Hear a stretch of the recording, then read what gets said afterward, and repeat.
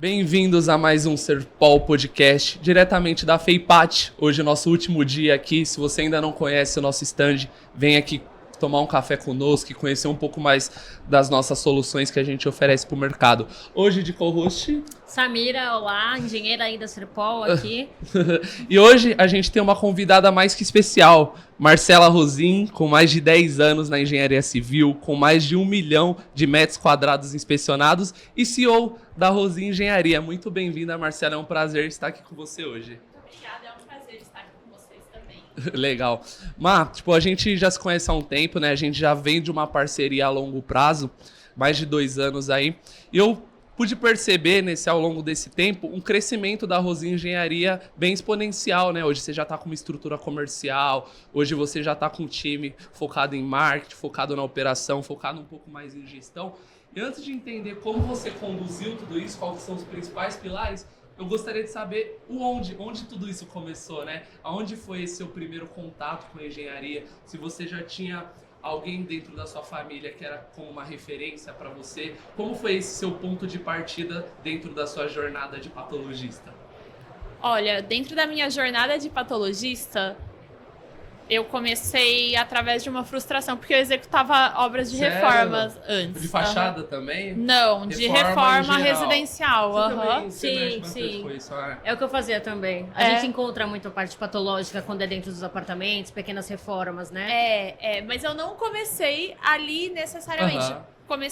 Na verdade, quando eu comecei com a parte de reformas, eu queria elaborar laudo. Só que pra mim, laudo era só laudo de reforma. Não existia outros caminhos, né? E aí a gente tá falando de quando? Mesmo qual que é o... 2020, aham. Comecinho da pandemia. Legal. E aí, então, pra você pegar o laudo de reforma, você tem que pegar a reforma, porque ninguém quer o laudo de reforma. Uhum. Aí eu comecei a pegar. Nunca tive a pretensão de executar a obra, porque eu não tinha muito não feeling. tenho esse feeling, essa... Legal. Ai, quero ficar na obra. Não, nunca tive essa vontade. Mas acabei pegando pra descobrir que eu não gosto mesmo. Pra ter certeza. Pra ter certeza, tive a minha convicção. E aí depois de... Porque assim, a forma como o contratante ele lida com quem elabora o laudo, nós, né, que levamos a solução, e com quem executa? E com quem executa, isso eu tô falando de residencial, principalmente. É muito diferente, porque ele enxerga a gente como um problema, tipo, só um custo. Então, e aí você vira as costas, o pedreiro faz o que ele quer, ele não faz o que você manda, entendeu? Entendi. Tá, virou as costas, faz completamente diferente. Sim. E aí eu sonhava com obra, sonhava com problema, acordava com problema. Eu falei, gente, eu não quero mais isso pra mim, pelo amor de Deus, vamos voltar pra rota, era laudo. E aí nisso eu fui entendendo o que como funcionava o mercado de laudista, Exato. Né? Não sei se essa é a palavra correta. Como que são os laudos? O que é, né? Onde que a gente pode ir? E quais os braços eu posso trabalhar dentro de laudo, né? Exato. E aí eu fui descobrindo toda a parte condominial, mesmo toda a parte predial, né? Que a gente tem uma demanda gigante que precisa e há necessidade, só que não tinha o conhecimento por parte dos clientes, né? Dos contratantes. Da importância disso, né? Isso. A gente estava até comentando que a gente vem fazendo esse trabalho de conscientizar a galera que antes da execução tem uma etapa, né? Que é diagnosticar, fazer o levantamento, entender os principais problemas que aquele condomínio está apresentando. Exato. E aí a gente começou, então, nessa fase de conscientização e fomos expandindo, ainda bem. Legal, mas quando você decidiu fazer engenharia, como foi essa tomada de decisão? Você tinha alguma referência dentro de casa que atuava já? Sim e não. Na verdade, na época da faculdade, né, quando eu estava prestando vestibular, eu estava entre medicina e engenharia. Tudo a ver, né? Com você hoje tem, né? Comigo hoje tem, sem mas dúvida, na época hoje faz nada. sentido, hoje faz eu sentido. falo que hoje eu realizei as duas vontades. Os dois em um. Como desde criança eu sempre mudei muito, então e meu pai, quando eu era criança, ele trabalhava como servente de pedreiro junto com meu avô. Então, Entendi. de estar em obra, pé na terra, eu sempre estive. Legal. E eu mudei muito, então eu sempre estava olhando ali as plantas, sempre tive essa... Um contato ali direto com obra, né? Exato. E aí eu falei, legal, né? Mas assim, era tudo muito superficial. Então, Aí, quando chegou na época de prestar vestibular, eu falei, queria ser cirurgiã.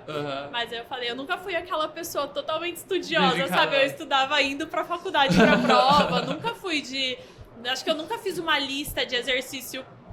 Nunca fiz. Planejamento de estudo. Não, o bom é que eu sempre fui esperta. Então eu sentava ali, quando eu tava presente, era de corpo e alma. Então eu conseguia entender e não ficava estudando. E nunca assim, vou tirar 10. Não. Eu acho que todo mundo aqui nessa mesa tem essa linha, né? Tá nessa linha, Esperto, inteligente o suficiente para ser esperto. Exatamente, eu adorei.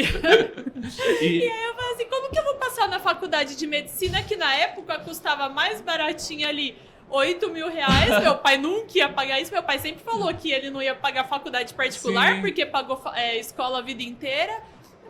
Acho que eu vou ficar uns 20 anos estudando para tentar passar numa pública de medicina.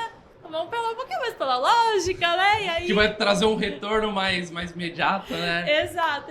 E aí eu fui pra engenharia, e aí hoje eu tô realizada na medicina também, porque a gente tá na área completamente Ao invés de relacionada. dar um diagnóstico para pacientes, você dá um diagnóstico para os edifícios, né? Isso é bem Exato. bacana. Eu não falo, então, seu familiar acabou de falecer. Fala, seu prédio vai cair, você não arruma logo. Exato.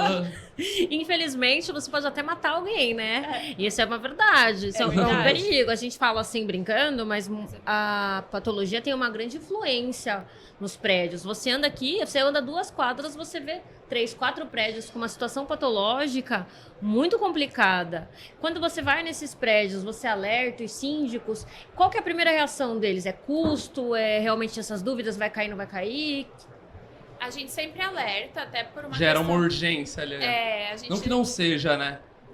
A gente gera essa urgência, tanto porque acaba tendo uma responsabilidade, né? Eu fico pensando, imagina se eu chego aqui, tranquilizo muito o cara, ele vai deixando, e o negócio cai e vem a ter um problema muito mais grave. Então a gente traz essa urgência, essa necessidade.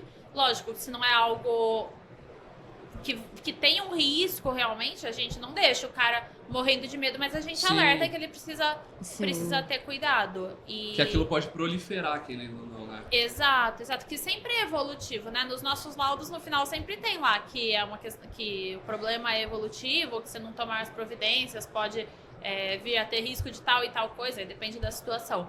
Mas a gente sempre alerta isso, porque realmente tem, e eles precisam ter essa consciência, né? Porque senão você vai levando e no final nunca faz nada. Porque tá tudo bem, não caiu ainda. Mas a primeira pergunta, quando eles entram em contato porque eles estão com medo de alguma coisa, a primeira pergunta é, vai cair?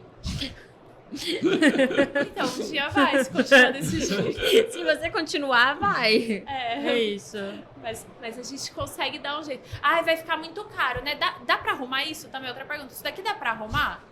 Eu sempre falo também, na engenharia tudo dá pra arrumar. Tudo tem uma solução. Eu falo, depende o quanto você tá quanto disposto, você tá né? disposto, Porque, sim. mas tudo dá pra arrumar. Então, ao menos que já tenha caído. Quer dizer, se já caiu, dá pra Tudo arrumar dá pra também. arrumar. Mas se já caiu, às vezes dá pra arrumar também. Mas acho que a grande vantagem de contratar empresas como a sua, por exemplo, de uma profissional como você que estuda, que tá dedicada, tá numa feira hoje, participando de um podcast, sempre evoluindo, é esse. Você vai saber dar pro cliente uma solução que entre no custo dele também. Não só uma solução. Porque muitas vezes tudo tem solução. Tu pode derrubar o prédio e fazer outro. Tudo depende do seu custo ali. Legal. E uma coisa que você pontuou, que é referente à sua evolução, tipo, desde quando eu te conheci há 2 anos atrás, era outra Rosinha Engenharia, e hoje a gente já tá em outra etapa, né? A gente saiu ali do ponto A pro ponto B. Qual que foram os principais indicadores que te levaram aonde você está hoje? Então, Matheus, não só estudar a parte técnica, mas também estudar a parte de negócios, a parte comercial. Perfeito. E eu acredito muito em ambiência. Hoje tá meio clichê, né? Ambiência. Mas eu acredito muito nisso, porque quando você tá aqui, sei lá, cercado de gente que não quer crescer, que não quer evoluir. Eu tenho colegas de profissão que falam: mas eu não vou cobrar muito, eu só quero aqui fazer o meu, eu não quero. Eu falo, gente, por que você abre uma empresa se você não quer ficar rico? Porque É loucura, não faz o menor sentido. A gente tem uma responsabilidade muito grande, não só técnica, mas com as pessoas. Exato. Porque se eu tenho colaboradores, eles Geração dependem... de emprego. Aham, Exato. exatamente, eles dependem de mim, a família deles dependem de mim. E então tem uma responsabilidade em vários sentidos. Então não é, eu só quero ganhar aqui pra fazer o meu. As pessoas não. têm meio um bloqueio com o crescimento, assim, né? Acha que Porque a tem gente- esse estereótipo no Brasil mesmo, que toda pessoa que quer alcançar algo, que quer gerar riqueza, que quer que sua empresa cresça, é uma pessoa que vai para um caminho errado, que vai ter algum tipo de esquema para conseguir obra, e muitas das vezes nem é isso, né? Exato. É focado no propósito de construir um negócio, de gerar emprego e ter uma marca relevante para o mercado e trazer soluções que realmente resolvam os problemas. Exato. É tanto que hoje faz parte também dos nossos valores. Aham. A meta dos nossos valores, não, desculpa, da nossa visão, a gente conseguir impactar 1.000 pessoas. Que legal. Isso no primeiro. Lógico que é no primeiro momento, né? Que Que depois vai legal. dobrar.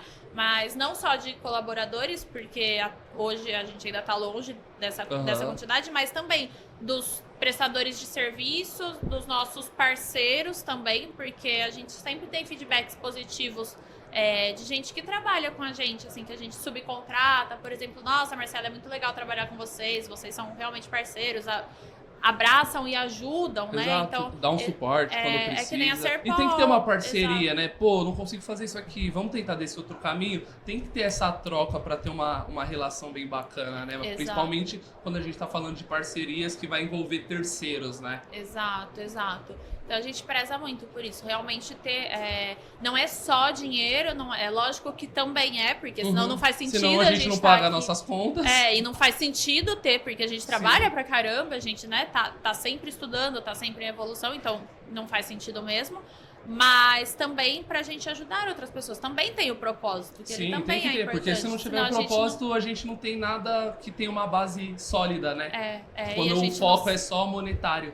E a gente não se movimenta também, né? Vai Perfeito. se movimentar até chegar ali. Depois cheguei, tá bom, acabou, né? Não, Acabou, a gente tá não tem sempre um próximo passo. Tem um porquê mais profundo do que só a grana, Legal. né? Mas você falou de uma parte que deixou um pouco a parte técnica, que é de extrema importância. A gente está numa feira de patologia onde só fala de parte técnica, mas outra questão que eu sempre comento, que, por exemplo, quando a gente é meio que doutrinado dentro de uma faculdade, a gente vai se tornar especialista em algum segmento. Eu vou ser um especialista em direito, eu vou ser um especialista em engenharia, mas a partir do momento que você sai da faculdade, pô, como eu consigo cliente? Como eu fortaleço minha marca? Como eu faço uma parte de gestão? Como eu contrato pessoas? Ninguém te ensina isso, né? E eu acho que é um pouco disso que você tentou trazer agora, que hoje eu vejo que a principal dor dos patologistas é porque eles são extremamente técnicos, são muito bons no que fazem de diagnóstico, mas tem pouco conhecimento de quem é seu cliente ideal, quem que é seu público-alvo, qual que são as suas taxas de conversão dentro do seu negócio. Eles não têm uma cultura de dados e de informação muito clara. Então, você acredita que esse foi um diferencial para você estar escalando hoje? Sim, com certeza. A gente Uhum. começar a entender os números, até uma coisa que eu falo muito para quem tá perto de mim. Hoje a gente vê, até é difícil, eu criei uma teoria de que é difícil da gente contratar hoje, porque eu acho que não só eu, mas todo mundo sofre com isso, porque a gente tá numa era em que tem curso, fature 20 mil fazendo tal coisa. Só que primeiro, para você faturar 20 mil, que você vai faturar... Quanto você tem que investir, amigo? Quanto você tem que investir, porque aí você tem equipamento, você tem... Não, e o você pessoal tem só custos. coloca a linha final, né? Não coloca custo, quanto que gasta, só Nada. coloca, faturei X, é isso que eu ganho, né? Faturei X e o Faturamento meu não é lucro foi lucro, menos galera. 20. Faturei 20, o meu lucro foi menos 20. Acontece, porque o isso. começo é assim. É. Por isso que você tem que ter, querer mais, porque senão você vai ficar Estagnar, nessa falsa né? ilusão. Entra 20 mil, uma coisa que no CLT muitas vezes é difícil, só que ele não vê que sai 30. Às vezes É sai isso. 32, sai 25. Então, a gente ter essa consciência. Então, eu estudei bastante essa parte, eu sempre estudo. A gente tá agora também Numa imersão, né? numa imersão de 1 ano, assim, pra gente conseguir evoluir e subir de nível mesmo, dar um outro passo, Então né? o engenheiro hoje ele tem que sair da caixinha da engenharia e ir para outros mercados para estudar outras tendências e outros indicadores que podem agregar muito no crescimento, né? Com certeza, aprender a vender o serviço, aprender a demonstrar a Uma importância. dor que é muito comum, a pessoa quando tá começando, ela não sabe nem precificar quanto que eu cobro por um laudo, como eu quantifico a minha hora. É uma coisa que ninguém fala, né? Ninguém fala, a faculdade não nos ensina, e você querendo ou não, tem que ir na raça, tem que ir na raça. Eu vejo você muito esforçada nessa parte, a gente até conversou ali um pouco antes, e como é que você chegou e falou, não, agora esse é o limite, eu preciso começar a investir em marketing? Quando você teve essa visão de fora? Já foi logo no início? Normalmente não é no início, né? Normalmente a gente começa apanha um pouquinho. Apanha. Eu acho que foi bem perto do início, na Legal. verdade. Que bom também, né? Porque eu tive, não sei se é sorte ou não, mas os treinamentos que eu participei, eles sempre tiveram um pezinho na venda, nessa parte de você mostrar, né? Apesar de os meus colegas dos mesmos cursos terem focado muito mais na parte técnica, como eu vendo desde que eu tinha 3 anos de idade. Você já trabalhou com vendas antes da engenharia? Já desde criança, assim, quando eu tinha 12 anos, gente, eu comprei um piano e eu já vendia coisas. Caramba. Um piano, gente. Você comprou um piano pra vender? Não, eu tocava Comprou. na época, eu falei, meu pai não podia me dar porque meu pai também sempre fala, se eu der pra você, tem que dar pro seu irmão. Ele falou, não consigo dar dois equivalente a 2 pianos. Então eu vendia, quando eu tinha 3, 4 anos, eu ganhei um estojo, um kit de miçangas ali. Aí também sempre fui meio nojentinha. Eu falei, eu nunca vou usar esse negócio de plástico. Aí eu falei, vou vender. No dia que eu ganhei, eu falei vou fazer pra vender. E eu comecei a vender. Aí nisso eu mudei bastante, tudo. Eu lembro que eu morava num prédio e tinha uma senhorinha que ela sempre comprava as bijuterias. Aí um dia ela virou e falou assim, nossa, eu queria tanto comer um pão de mel, mas eu não posso ir no mercado, que não sei o que eu falei. Eu faço. eu intermedio. Faço. Nem pensei, eu falei, bora, vamos, você quer? Então vai ter. E aí, só que eu não fazia, óbvio, né? E aí então eu comprava, trocava e tirava da embalagem, colocava numa embalagenzinha minha e revendia pra ela. Então eu sempre tive isso desde criança. Eu comecei a trabalhar... Já tinha essa veia empreendedora desde novinha, né? Sempre. E aí eu comecei a trabalhar também, trabalhar oficialmente mesmo. Você já trabalhou para alguma incorporadora, para alguma construtora? Não. Caramba, que Sempre legal. por conta? Não, eu já trabalhei... Bom, na área eu já trabalhei na Huawei, que é uma chinesa de telecomunicação. Fiz estágio lá. E trabalhei uns 7, 8 anos numa empresa de projetos geotécnicos. Então eu fazia projetos, gostava bastante lá da área, aprendi bastante, só que era uma empresa muito familiar, então não tinha perspectiva de crescimento, não tinha... Eu cheguei num estágio que eu falei, não consigo mais crescer, não tem pra onde ir, eu nunca vou passar daqui. Foi por isso que eu acabei... É muito legal esse seu mindset sempre de evoluir, crescer, é muito bacana. Porque eu acredito muito se... Não existe estabilidade, né? Tipo, por exemplo, se essa mesa a gente deixar ela aqui 100 anos, em algum momento ela vai degradar. É a mesma coisa a vida. Ou um momento você tá progredindo, você tá em um crescimento contínuo, ou você tá regredindo. Não existe um meio termo. Que a partir do momento que você tá confortável, automaticamente você tá regredindo. Também legal. Eu acredito muito nisso. Eu acredito muito. Se você não tá crescendo, você está... Perdi a palavra que você falou. Regredindo. Porque, imagina, é igual você falar de finanças. Se o meu dinheiro tá parado, eu já tô perdendo. Exatamente, perfeito. Você trouxe uma ótima analogia agora. Então, eu acredito bastante nisso. Má, qual que é os principais desafios que você já encontrou hoje dentro do seu mercado? Com certeza, o primeiro principal desafio foi a questão da conscientização. Nossa. Eu acredito que seja até hoje. Até hoje, né? Hoje a gente parece que, mesmo hoje a gente não investe em tráfego, mas mesmo assim parece que os nossos clientes já chegam mais aquecidinhos, sabe? Sim. Mas com certeza, até hoje é um trabalho que tem que ser mesmo constante, mas no começo é duro, porque você tá começando, você não tem dinheiro entrando, você só tem dinheiro saindo e o cara não consegue comprar porque ele não sabe. E o pior de tudo, você não tem nenhum case pra apresentar de como realmente aquilo traz um retorno financeiro pro condomínio, né? Porque eu acho que, em vez de falar, tipo, a solução que você oferece, é muito mais fácil falar o retorno que ele tem financeiramente, caso ele não faça esse laudo. Entende? Mar, deixa pra galera qual que é a importância de realizar um laudo num condomínio ou de qualquer problema que você possa ter? Bom, vou falar especificamente de fachada, porque hoje também a gente também está voltando toda a nossa parte de inspeção para fachadas mesmo. Bom, a única questão é, se você não fizer um laudo, você vai gastar algo que você não tinha previsto, com certeza. É impossível o cara olhar lá de baixo, sem um laudo, sem um diagnóstico, e fazer um orçamento assertivo. E orçar algo assertivo. De duas, uma. Ou ele vai cobrar barato para ele pegar a obra, ou ele vai cobrar caro e vai superfaturar. Se ele cobra barato, que normalmente é o que acontece. Joga o preço barato, ganha a obra, e no decorrer da obra, aditivo. Aditivo, ou faz uma obra lixo, e daqui 1 ano, 2 anos no máximo, o problema começa... Na verdade, não é que o problema começa a aparecer, porque ele não foi resolvido. Nada, ele só foi escondido. Então ele volta. E aí tem que gastar de novo. Aí vem aquela história. Ah, mas eu já gastei há 2 anos e eu vou ter que gastar de novo. Aí vai no barato de novo e vira esse ciclo. Hoje, tipo, quando eu tenho reuniões com os clientes, hoje, só pra você ter uma ideia, 10% das obras em andamento da Serpol são de obras que começaram com outras empresas, deram pau e eles estão gastando novamente nos contratando pra gente realizar o serviço.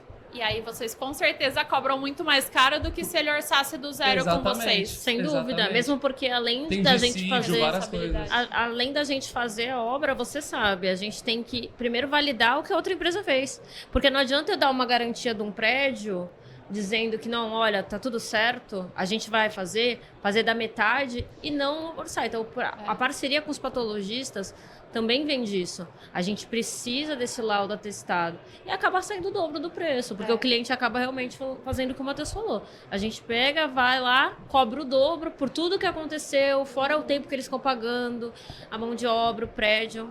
O laudo acaba sendo a salvação. Caminho mais barato, né? O caminho mais barato. Apesar de não parecer, mas acaba sendo realmente. Não, sem dúvida. É tratar uma doença que você sabe que você tem. Comprar remédio para uma doença que você não tem. Para um câncer. Para um câncer. É isso. É isso. E uma outra coisa que eu vejo que é uma dor na maioria dos condomínios que eu atendo hoje, é a questão de equalização de orçamentos, né? Ele, por exemplo, ele recebe um orçamento de uma empresa X com um valor, tipo, R$1 milhão. Da empresa Y, R$500 mil. E da empresa W, R$200 mil. Como que a síndica, que muitas das vezes é uma pessoa leiga, ela tem esse controle e faz uma equalização assertiva de orçamento? Que hoje, só para você entender, a maioria da nossa comunidade que assiste nosso podcast, grande parte são síndicos e a outra parte são engenheiros patologistas também. Então, eu gostaria que você deixasse esse... Normalmente os síndicos não fazem, né? Ou eles contratam ou eles não fazem. Pelo menos o que eu vejo. Hoje a gente faz essa assessoria que a gente chama, que é realmente para equalizar todo mundo, né? E até dar o nosso parecer de como que foi a relação com as empresas antes de contratar. Porque eu falo, se já foi ruim antes de eu contratar, imagina depois, durante a obra, quando tem algum tiver suporte, tem que ligar num 0800 da vida, que ninguém te responde. Não responde na hora, antes de fechar, vai responder depois. Posso estar errada, mas via de regra é assim que funciona. Sim. Eu, quando eu vou comprar qualquer coisa pessoalmente falando, eu uso essa analogia, exato. Então, normalmente o que eu vejo é que os condomínios, o próprio síndico, eles tentam fazer, mas como eles não são técnicos, na maioria das vezes, eles não conseguem ter o discernimento. Eles leem a proposta, veem que tá a pintura, tá a restauração, tá não sei o quê, e acham que tá tudo igual. Olha a última linha da planilha e compara os preços, né?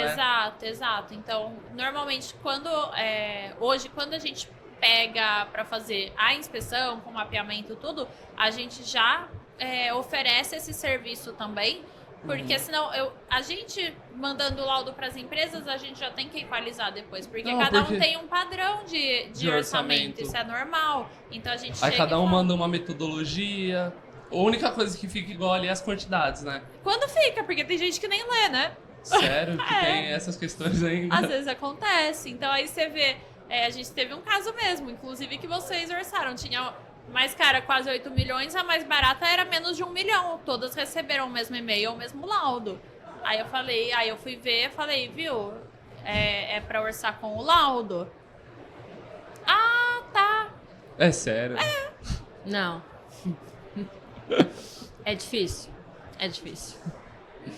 Ah, mas é que a gente considera 10 metros quadrados, 10, 50, sei lá, de restauração. Eu falei, mas no laudo eu não tô te falando Qual que que é é a tanto. quantidade? Ah, a gente não sabia. Ah, então. não sabia. Coloca 15% e no final lá, se aparecer mais alguma coisa, sujeito aditivo, nas linhas miúdas. Ah, eu falei, caramba, uau! Legal. O auge.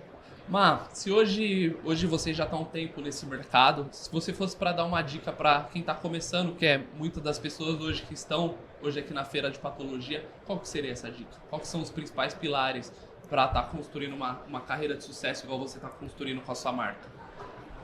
Até você meio repetitiva, mas estudar a parte comercial, a parte de vendas, a parte de negócios, né? Eu sempre falo, todo empresário fala, primeiro você bagunça, depois você arruma a empresa. Não adianta querer fazer processo de tudo, sendo que você nem sabe a necessidade do processo, porque você ainda não tem a vida real daquilo.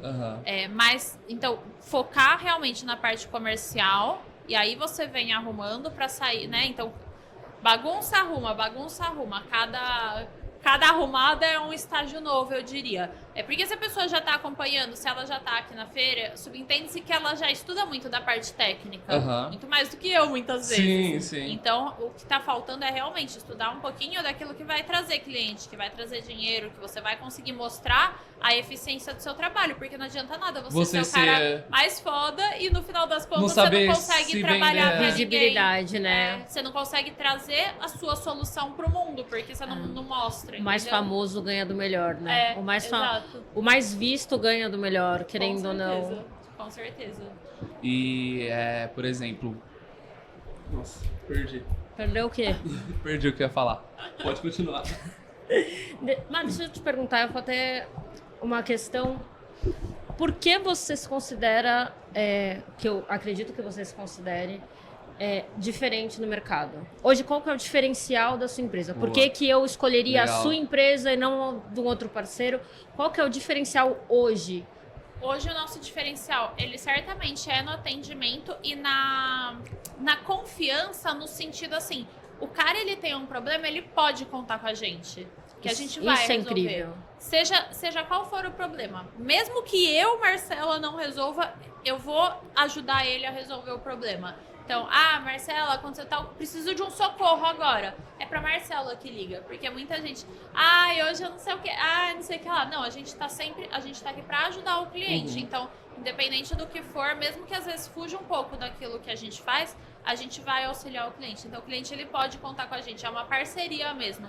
Hoje a gente nem usa mais o termo, estamos fechando um contrato. Não, a gente está iniciando uma parceria realmente. Nossa, que legal. E vocês deixam isso na proposta de vocês? Hoje sim. Bacana. Porque é algo a longo prazo, né? Hoje, depois que você faz o laudo, faz a parte de equalização, você também tem um serviço de acompanhamento de obra junto com as empresas que estão executando? Sim.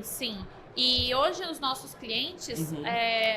E tipo, isso eu acho que é até uma dor para você vender esse outro serviço, né? Porque a pessoa deve pensar, eu já estou contratando uma empresa executiva, eles já têm um engenheiro responsável na obra, muitas vezes ele já tem um mestre de obra, já tem um técnico de segurança. Qual que é a importância de ter um terceiro fazendo esse acompanhamento, Mar? Então, são os olhos do cliente, né? Porque pode ter tudo que for. Tem empresas de boa índole, tem empresas que têm tudo isso, mas que não são de boa índole. E mesmo as que são de boa índole, você não pode garantir que o seu funcionário está fazendo um balancinho no 12º andar. Muitas vezes o engenheiro ele não vai subir num balancinho, ele não vai descer numa cadeirinha, ele confia no colaborador que está sendo executado aquele serviço conforme a demanda foi passada, né? Exato. Então, é realmente ser os olhos do condomínio. E outra, eu sempre falo, a gente não trabalha contra a empresa que está executando. Apesar da maioria achar que mas a gente não trabalha contra, a gente trabalha a favor. Todos os nossos parceiros que tem laudo, a gente tem uma relação muito boa. Muito boa, eu ia troca, falar isso agora. Tem como a gente ajustar isso aqui para a gente conseguir viabilizar a obra para o cliente? Porque ele não tem uma saúde financeira para arcar com esse custo.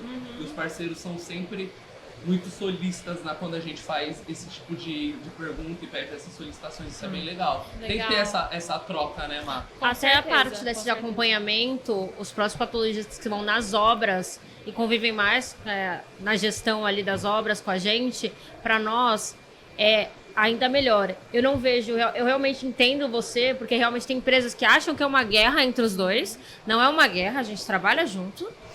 E esse trabalhar junto é bom para você que fez o laudo e bom para nós, porque você vai chegar e apontar uma coisa que é melhor para o condomínio, para nós e para você. A gente tem uma garantia, zelar o nome, você também, então fica uma coisa melhor.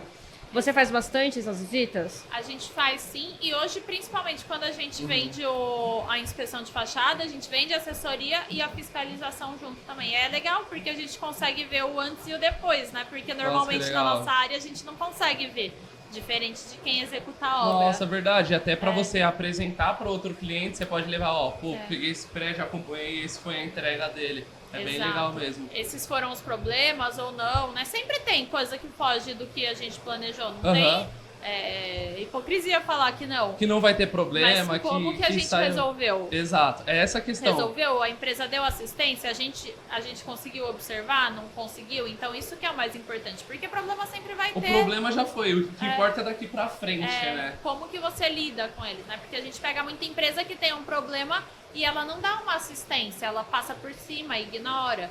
Então a gente tá fazendo. Hoje a gente até. Não é que a gente não faz, mas a gente evita um pouco de pegar para fazer a fiscalização quando não tem um laudo. Se tiver um laudo que não é nosso, não tem problema, mas é importante. Já aconteceu? Já, a gente tá com gerenciar a obra que o laudo foi atestado por outra pessoa? Por outro sim, patologista? uma vez só. E hoje a gente tá com uma obra que não é... A empresa não foi indicação nossa, né? Não é uma empresa com uma expertise um pouco inferior aqui o uma parte prédio técnica necessitaria. E não teve laudo. Então, e como que você mantém uma relação que o serviço seja realmente entregue da forma que você espera nesses casos? É quase impossível, na verdade. A gente tenta chegar num equilíbrio para que... Porque também não adianta eu querer ficar colocando os pingos nos is, porque ele não orçou tudo. Então, se eu começar a colocar tudo, a obra vai parar no meio e nada vai acontecer, e nada vai resolver. Então a gente tenta, é lógico, quem decide isso é o condomínio, mas normalmente o que a gente sugere é, isso daqui tá muito errado, isso daqui tá errado, isso daqui dá para passar. Então, vamos arrumar o que realmente, aqui, do que você orçou, isso daqui você orçou e tá fazendo errado, isso daqui tem que arrumar, é inegociável. Agora, isso daqui você devia ter orçado e você não orçou, porque como que você vai dar garantia depois? Perfeito. Então, isso daqui eu sugiro que você faça, porque vai dar problema lá e você vai ter que voltar, porque você tem a garantia. Nossa, então deve ser muito complexo você assumir obras que você não fez o laudo, né? E aí, nesses casos, hoje a gente coloca o nosso alpinista para fazer, mesmo que ele não contratou o mapeamento nosso, não tem laudo, mas na nossa fiscalização... Mas você tem que dar garantia, Matos? Vou ter que te cortar. Não, garantia de... Da entrega do serviço seja uma entrega realmente bem executada? Então, não. O que a gente faz, eu não posso deixar passar um problema que eu devia ter visto e eu não vi. Então a gente entrega os relatórios mensais. A gente, cada visita a gente faz um relatório, aí no final do mês a gente faz um compilado de todos esses micro-relatórios e faz o nosso overview. E lógico que a gente vai conversando, tem coisa que não dá para esperar passar um mês para pontuar, então a gente vai pontuando. E aí, quando o laudo não é nosso, a gente coloca o nosso alpinista para fazer. Depois, o cara já restaurou. Então, para ele, tá ok essa fachada restaurada. A gente põe o nosso alpinista para descer de forma amostral, lógico, porque ele não contratou um mapeamento. E a gente vê, o cara restaurou, mas, ele restaurou menos do que eu encontrei de problema. Aí a gente sempre fala, se vai seguir desse jeito ou não. Uma coisa que eu tô vendo muito comum no mercado também, quando... Claro, o condomínio ele não tem uma saúde financeira para contratar um teste de percussão completo. Você fazer de 3 a 4 descidas na fachada e mapear os principais pontos. É algo que está acontecendo muito comum hoje no mercado. Como você vê isso? Como você acha dessa nova tendência? A gente faz também, mas normalmente os nossos clientes eles optam por fazer inteiro, porque não faz muito sentido, né, também.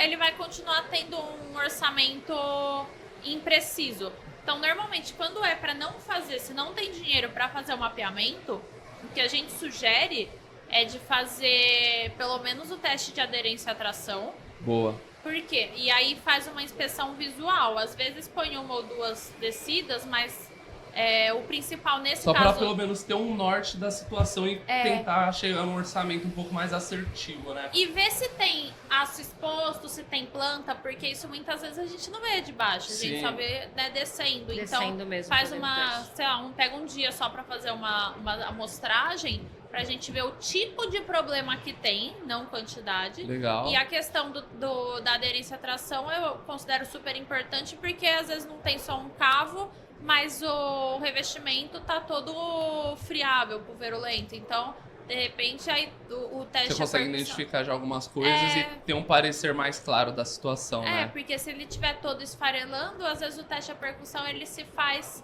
até desnecessário, entre aspas, porque se ele tá todo esfarelando, eu vou ter que pensar numa solução alternativa com ou sem teste à percussão. Então eu considero aí, Tem que atender o cliente, né? se é pra fazer desse modo que não é o completo, então aí com certeza, no meu ponto de vista, precisa do teste de aderência à tração. Porque Legal. às vezes nele eu já Perfeito. elimino, se é um prédio muito velho. Caso do Hospital São Paulo, por exemplo, a gente fez o teste à percussão, tava bem ruim, porque é um prédio muito velho, nunca teve manutenção.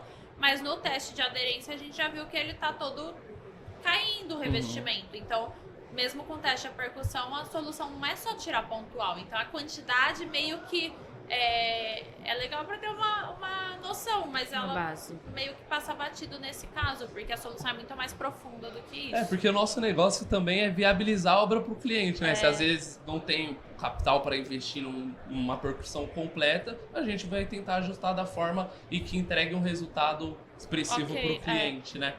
Para quem quer contratar a Rosim Engenharia, quais são as suas redes sociais? Pode me chamar no @rosim, ROSIM.engenharia.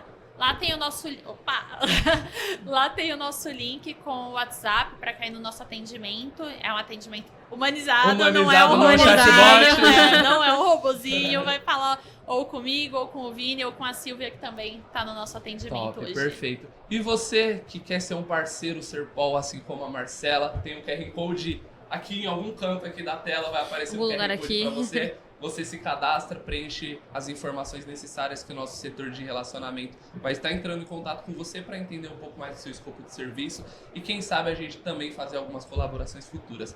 Marcela, muito obrigado pela sua presença, viu? Foi um prazer esse bate-papo, muito enriquecedor e todo o sucesso do mundo para você. Pra Tá bom? nós. Pra nós. Obrigado. Obrigada, Marcela. Valeu.